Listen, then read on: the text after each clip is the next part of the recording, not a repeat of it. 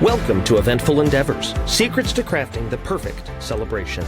If you're planning an event and looking for useful tips from industry experts, you're in the right place. So get ready to take some notes and we'll dive right in. This is Eventful Endeavors.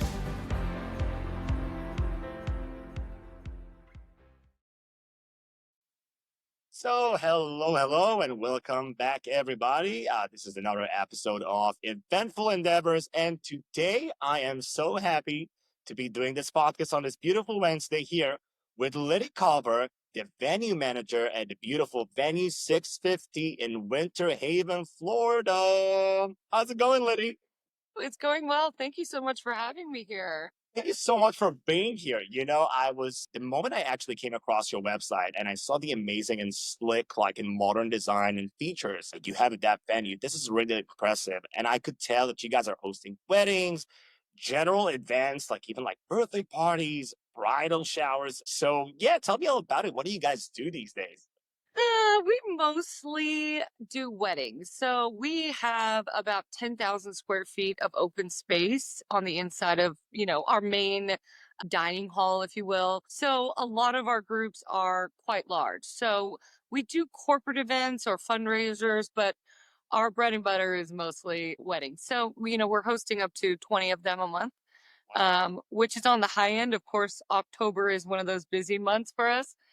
In February, of course. So not always that many, but for the most part, that is who we're tailoring to. But we're trying to get out of that. We're trying to explore it a little bit more. We can do other things and attract different businesses. So we're doing our best.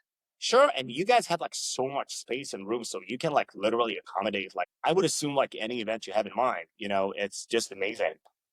For the most part, yes. Yeah. We've just installed a room divider, so we actually can host small parties if we want to. So we're trying to get into that where we can kind of cut up the space and allow for two different events to go on the same day. We don't do that now. So in the room at first, without the room divider, it was kind of harder to accommodate two different groups at, not even at the same time, but on the same day. The space definitely works in our favor for most of the time. So, which is great. That's all. That's really Yes. prior to us chatting here today, and this is why I'm so curious, because it just came across me that you like your first passion was beauty. And you are like a master and professionally trained in the world of hair. So tell me all about this and what brought you to doing this today, like going to the wedding industry and the event industry. I'm dying to know. Okay, absolutely. Well, my mother did hair. And so me and my sisters just kind of grew up with, looking our best at all times, whether we cared about that or not. And we always thought it was more or less a chore. But then, after I graduated college, I decided that I didn't want to get a job right away. So I just went back to school again and hair came very natural to me. So that's pretty much what I specialize in. And I still do hair today. I do quite a bit of bridal hair, which is, I never thought I would be into that. But because I'm here in the venue and I experience and meet with all of the couples. I try to, kind of work in both spaces. But it's always been my passion. I really love it. And I took some time off because I had some issues with one of my wrists from doing hair. So I became an event director at a high-end restaurant. And the owners of this building, Venue 650, they had just bought the building. So they were in the really early stages, but they were courting me, if you will. So we decided that I would be a good fit for them. And I just moved right from the restaurant to here. And I've been here, since they started. So it's been a really great experience. That's right. Yeah. That's an amazing journey. And the first thing that popped to my head is like if you have a couple and like maybe the bride, she needs like a touch up on her hair. She never knows that she got Liddy over there, and she's Yes. like, in that field. So I'm like, you guys are looking to get married and also possibly want to acquire like a really like professional touch up if anything goes wrong, especially in Florida with the weather. Yes. So that's amazing. Okay, I did not see that one coming for 50 years. Into like the event and wedding industry, and you've been with Venue 650 for about 6 years right now. Is that right? Yes. Wow, that's amazing. Yep. Yep. That's It's really been a amazing. journey. Yes. Yeah, and I feel like during those 6 years, you probably like you experienced so many things like in the wedding or event industry in general.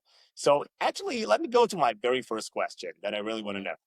What current trends are you seeing like right now in the wedding or any like event industry in general? Any trends like that you're like, okay, this is like This has been going on for a while now. People love this. Let me think. I've been finding that a lot of our groups are becoming, or a lot of our guests are getting really minimalistic with their decor. Thing is, it's not so grandiose anymore when that's not their priority anymore, which in my case, it's a lot less work to do or to manage and, all of that, but it's still very beautiful and very classic. And what they're choosing is a lot of just neutral colors, white and black.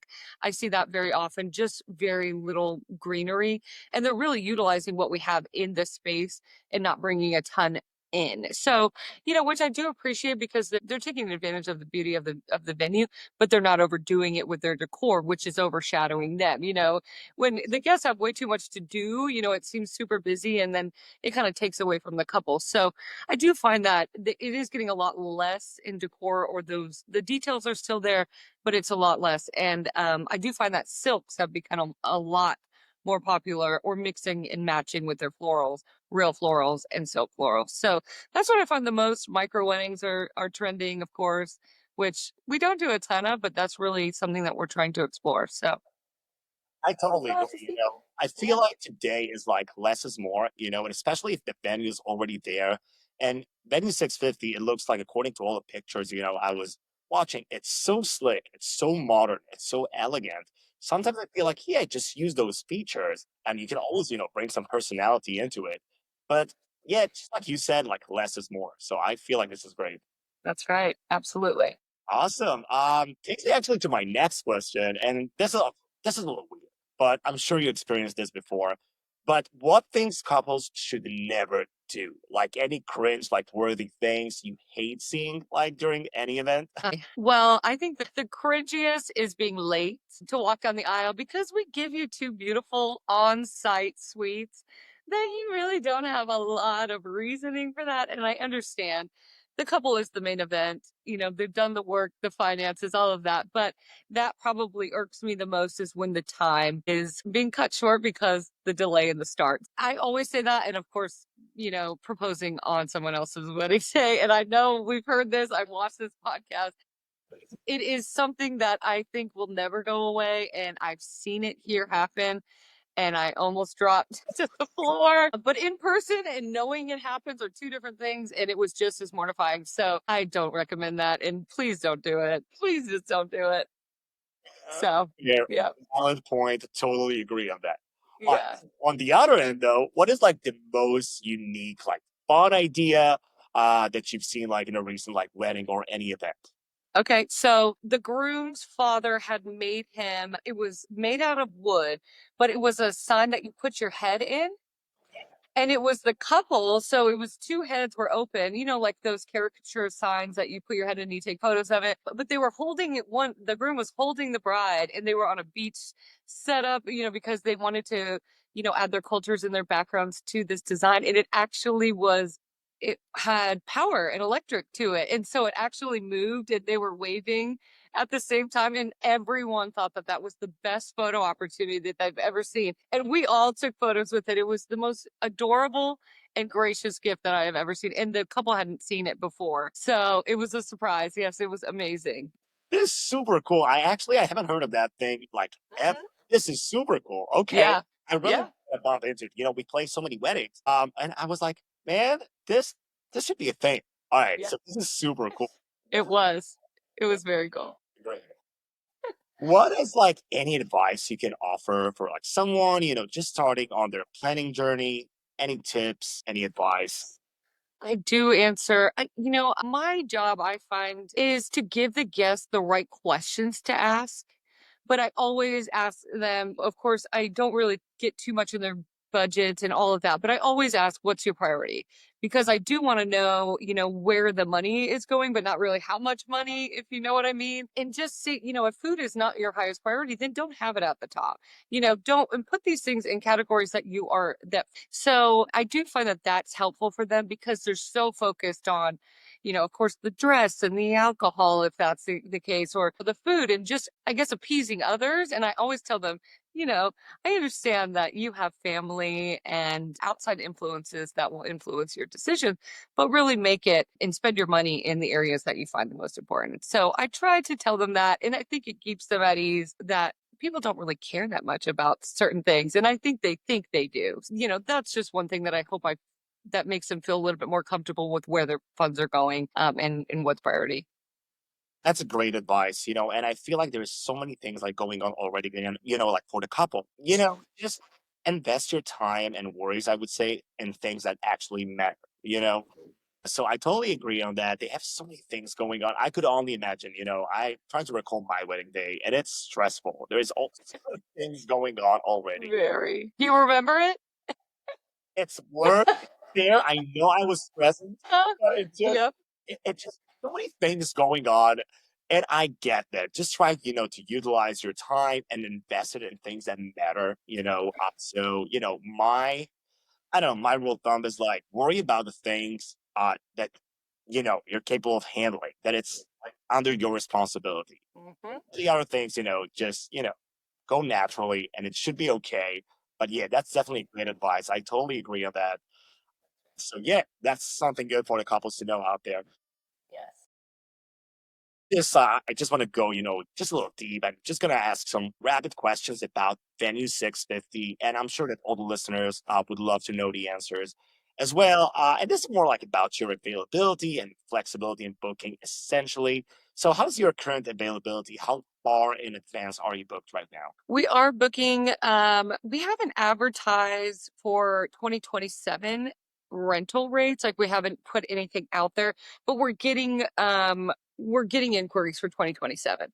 So, which is shocking, but still about that 15th month mark, we kind of start seeing the interest in the next year. But um we're doing pretty good. I mean, the Saturdays always are going to be a busy day, whatever month it may be. But we still have some availability in the end of this year. I mean, yeah, this year and next year. So I think it's a little bit slower to book 2026, but I do see that the interest is there, and it's really the interest for the following year. So we haven't established rates. We booked a few just with honoring the prices that we've already listed or that has been advertised. But I think 2027 is going to be an amazing year. I know I don't want to think too far ahead, but I do find that it's hopeful, which is great. It's amazing. This is like great news, and I'm so happy to hear that. And I'm just curious, like what would you recommend for like any couples or any potential clients? So, how far in advance should they probably reach out? Now, I see that you're doing pretty well right now, but just you, like in general, what would you recommend? I would say 12 months is great. I think it can be done easily in about 8 months, but I would say that comfortably for the couple, 12 months is perfect. Play it safe, especially there's so many things to worry about, even if it's not a wedding, just like any event in general today, with so many things going on. So yeah, definitely play it safe. So a year, 8 months to a year, yeah, that sounds about right. Yes. What kind of flexibility do you have, like with guest count, in case it changes? Well, The we only provide tables and chairs for up to 200, and that would be for two different sites. So it's two different, I guess, events within the event. Um, so that's really all we manage. So 200 is our max, but in the building we can host about 400 or less. So, seated, it's a little crammed. Standing, of course, it's a lot more comfortable. But anything over 200, it's their responsibility. So I don't really have to manage that. I just let them know, in what direction they could go to find the same chair as we have. Or, they can get creative and completely wipe ours out and replace them with something they would prefer. So, I don't have to worry too much about what more I have to offer them, in addition to that 200 set. But that's pretty much what we see is most of our groups are 200 or less. That's awesome. So, And yeah. I'm still shocked by the capacity. The capacity is insane. So I love that. Oh, yeah. Can you give me just like an average, like event size and cost at your venue? It doesn't have to be like on the dot if it makes sense, but anything like with plus, like mandatory. Do you guys have like any mandatory gratuity, if applicable, like anything like that? Are you asking for an overall wedding cost or just for our rental cost? I would say let's go with like the wedding cost, like the wedding cost, like total. Okay. Well, I don't know. You can break it down however you want. Actually, Okay. And I would love to hear both options.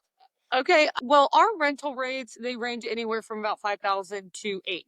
So, and of course, 8 would be more or less Saturday. So, when we can supply linens and, of course, the tables and chairs. So, after that, it depends a lot, of course, on your guest count.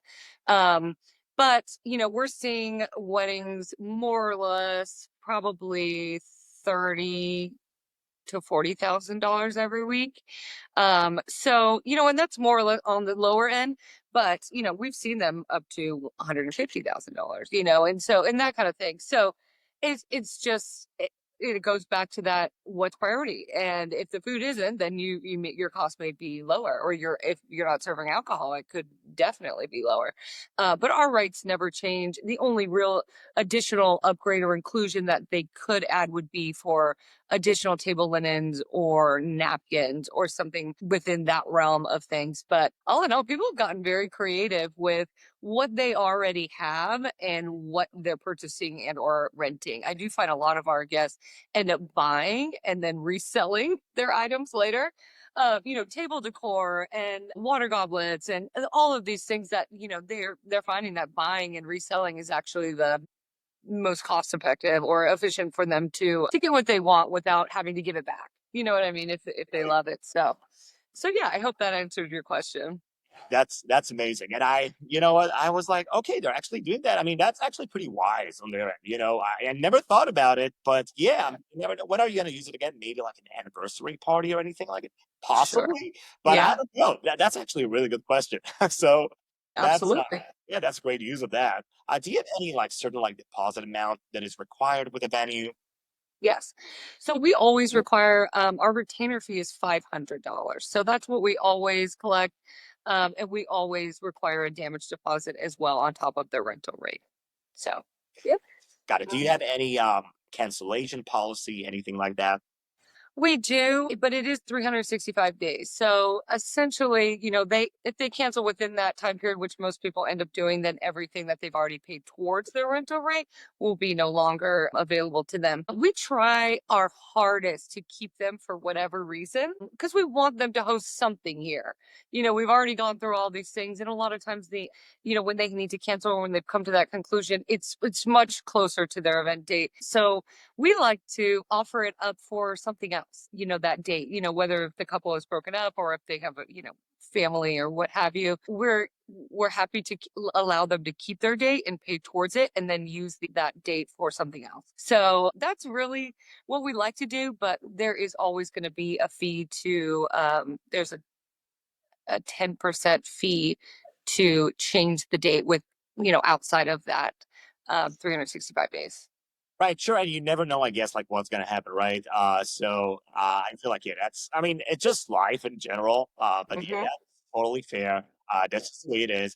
I do have a question about your catering and vendors. Now, I know you say that a lot of your clients they like bringing stuff on their own, and do you have like any in-house like catering service, or do the couples need to provide their own caterer? We have an open vendor policy. So we allow our guests to choose the vendors of their choice within any of the categories. And we just require their caterer to be licensed and insured. So it's not a lot of requirement, but we do request those documents prior to. Got it. And actually, this next question is going to kind of like connect to that one as well. Are there any like preferred vendors you recommend, and are the couples like required to use them? So probably not required to use them, but any vendors that you recommend sometimes on your own. Absolutely. And that's kind of the idea is when we started, we didn't know anyone.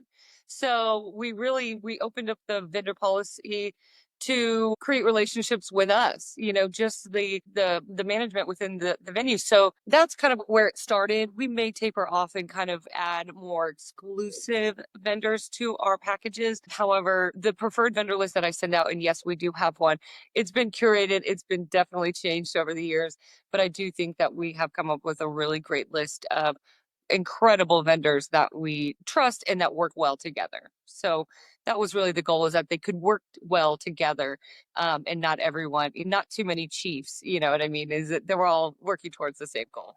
Right. That's awesome. It's all about teamwork, right? The day of the event, even as a performer, I show up. I always love to connect in advance with a photographer, with our wedding planner, with everybody, just making sure this day is going to be a success. We are all working here together. We may provide different services, but we all have the same goal. We just want this to be a success. So, yes, it's all about teamwork eventually. So, yeah, I totally agree on that. I believe that we already spoke about this like earlier, but I just want to double check. If we haven't covered that, what is the max capacity of the venue for both ceremony and reception? So in the garden area, if the couple chooses to do their ceremony in the garden, I can only host 250 guests comfortably. But inside the venue, I can host 400. Is there a designated like bridal suite or any changing area? Yes, so I do. I'm actually in the groom suite right now. Yeah, so it is actually very cozy in here. No restroom, but it does have a wet bar and, like a wine cooler or a refrigerator. And then the bride's side does have a restroom and it's quite larger, of course. I'm sure you can understand that. But it's a little larger and it definitely is a lot more accommodating to women's things and a lot more people. So, but yes, they're in close quarters to each other, but they all are inside. So, yes. Feel like such a great part of the day, just to go and like unwind there. So yeah, this is such a great part. Okay, that's awesome. I believe like every couple, they want their like little space, so this is great. Do you have any like curfews or anything people should be aware of, like the clients, any time that music shouldn't be played like past, like midnight, 11 p.m., anything like this? Yes, 11 p.m. is our cutoff time. All of our rentals end at 11, but you have the option to add an additional hour. So 11 would be your start to clean up. So and then be out by 11. So if it was just a standard rental, it would be about 10 o'clock, but it's not necessarily that we are in fear that someone will report us for noise ordinance. We're kind of in an interesting part of the city where it's on a working neighborhood, so a lot of our events are in the evening or on the weekend. So it's pretty deserted down here. So we haven't had anyone that has been, bothered by the sound. But I would say 10 or 11 is typically the cutoff. Yes. That's awesome. I feel like the location is such an important, key card about this. So this is great. You can just do you. You don't have to worry about that. You can even go with fireworks, I would assume. And well, you probably need, I don't know if you need a permit these days, Yeah. but depends on the Mhm. city, I guess. But yeah, you can literally do whatever you feel like. So that's great. And I believe that the party animals out there listening, they're like, okay, this is cool. So we Yeah. fun and nobody's gonna stop us. That's right. So that's great. Is there any parking available within the venue, and is it complimentary? Yes, it is complimentary, and there's 150 parking spots on our property. So, yep, and it usually can accommodate most of our groups, but we do have an additional parking lot available across the street from us, which is still complimentary, and it has about 90 spots. So usually plenty, but I always get creative and do a little walk around the building just to see if everyone is parked in Right. an appropriate spot. But yes, there's typically plenty for most of our group sizes. That's awesome. This is great. I feel like people like sometimes are so stressful. Is there gonna be parking? Is there gonna Yes. so as well? Yeah. Okay, with 1 650, you got it covered. You got plenty of parking. So that's awesome. Do you have any like backup plan for like an outdoor wedding in case like of bad weather? And this is Florida, so I guess we never know. But is there like a plan B? Yes. So typically, what I'll do, especially during the summertime, because it's more frequent that it's raining, we always come up with a plan B. So all of my couples from pretty much the end of May to October, we talk about the plan B, what that would look like for them. So moving everything indoors and how creative they want to be with that and how much effort they want to put into the second plan.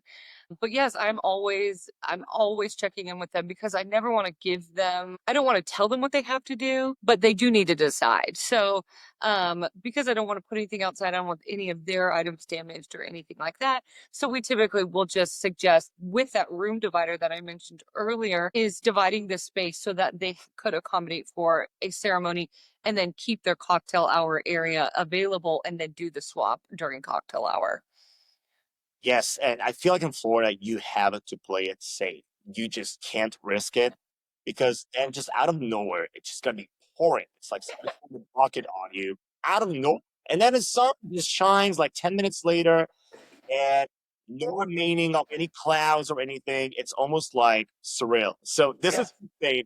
But yeah, it's always good to have a plan B. And that's awesome. Do you guys, by the way, charge any additional costs for using like the backup space or anything like it? No, and we will always guarantee to assist the either setup or breakdown or the swap of the building. So they always have a staff member here, whether it's one or two or however many we feel like we need, do the change. So no, I just want to be supportive of them. And if it's raining, the weather will have to bring them inside. That's just how it is. So I do my very best to get them to a place that they're just as comfortable with doing that inside, because they're typically pretty upset about doing that if they have their heart set on the gardens. But you're right. I mean, it could start raining and be sunny 5 minutes later. And I remind them of that, in that the garden isn't going anywhere. You have the opportunity to go back in there. We can always take photos, but your ceremony will have to be inside. So, That's right. That's yeah. that's perfect. I'm just curious. This is now like on a different topic. Just more about the vendors, I guess. But how early can the vendors access the venue for setup on the wedding day or just any event in general? Honestly, So most of our rentals are full day rentals. I know we just talked about micro weddings or hourly rentals, but most of our rentals are full days. So the rental is 9 a.m. to 11 p.m. and the vendors can start setting up right at 9. that's amazing. That's plenty of time, and especially if you have a lot of gear going on, the more the merrier with time. And it's Florida too. So I mean, me personally as a performer, we always like show up 2 hours prior to the actual start time. And we just love to play it safe with Florida, with traffic, especially, and just weather. You just never know. We only need just about, like, honestly, 30 to 45 minutes to be fully like set up, but we like the 2 hours. So you never know. So 9 a.m. for vendors in general out there, this is amazing. This is Yeah. really. Is there any event coordinator, and obviously you're the manager on site during the wedding day? No, so I do everything. I mean, we have an office manager and then the owner, she's very involved as well, but I manage everything, to be honest with you, all the setups, all the client visits, phone calls in the middle of the night even, and all of that. We have staff employees that come and work the events. So I'm not here physically at all of the events. I try to at least be there to welcome them in, but then hand it off to one of our staff members. So they're here there really to make sure that everything is set in place if they're using anything of ours or that we've provided, and then just be a helping hand throughout the day. So, and manage the building. The building is a little bit older, and sometimes things happen. And so they're there to make sure that they're taking care of it and being as supportive as possible. That is so impressive, honestly. And I know you told me before, before today, that you grew up in a family of 10. So you're definitely no stranger to like chaos and problem solving and anything that's associated with it. This is impressive. It's like a one woman show. So this is That's amazing. right. It really is. Yeah. Becky, the owner, she's incredible, and she's really guided, me and the office manager through this wild ride of, just learning as we go. But I do find that we're doing a good job. And we're learning a lot, and we're proud of where it's going, and we're really excited for the future. That's amazing. Would you be the main point of contact prior to the event? Yes, I probably reference Becky first because her phone number is everywhere that you could access online. So she definitely, if you did call any numbers, if you didn't know my personal line, then you would get her first. But we most likely it will be me. So yes, I kind of like to do the start of the initial inquiry visit all the way up to the wedding day and just be available to them. Like I said, pretty much 24 hours a day. Yeah. I was just about to go to the next question, which is like, how involved are you in the planning process? But I feel like I have my answer right now. So I feel like I'm good. I feel like you're there, like from like top to bottom. So that's amazing. This is really amazing.